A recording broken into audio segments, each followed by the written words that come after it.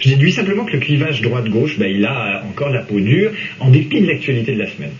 Voilà. Un peu de sérieux, Yulia, avec vous, et un petit crochet par la télévision russe avant de revenir à la campagne.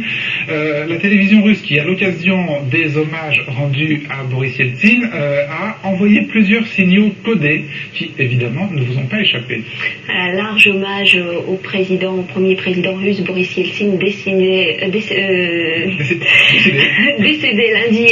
lundi dernier. Les présentateurs des chaînes de télévision étaient habillés en noir et rappelaient son parcours en diffusant des images fortes, comme ici par exemple quand le président monte sur un tank pour s'opposer aux putschistes militaires en août 91, ou ces images aussi qui signent la fin de l'existence de l'URSS déjà en décembre 91. Alors les obsèques, eux, étaient diffusées en direct, et pour la première fois, il s'agit des obsèques religieuses. Alors les cérémonies de l'adieu a eu lieu au Saint-Sauveur, à la cathédrale que Boris Yeltsin a restaurée lui-même.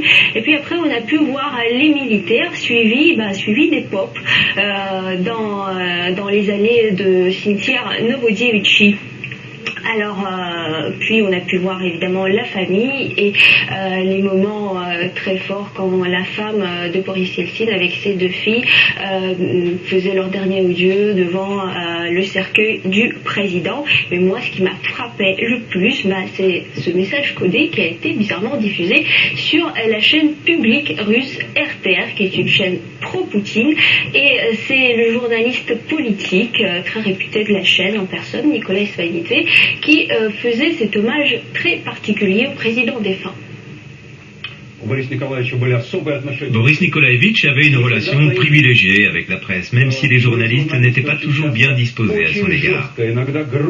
Nous, les journalistes, nous avons souvent critiqué Yeltsin, parfois d'une façon dure, rude même. Or, je ne me souviens pas qu'Yeltsin ait répliqué une seule fois de la même manière, ni qu'il ait utilisé les ressources administratives dont il disposait. Je sais qu'il se sentait offensé par les critiques, il les considérait même parfois comme un affront. Je sais qu'il en souffrait, qu'il en était malade, mais il ne répliquait jamais. Il n'a jamais levé sa lourde main pour répondre aux médias. Et nous, les journalistes, nous nous en souviendrons toujours.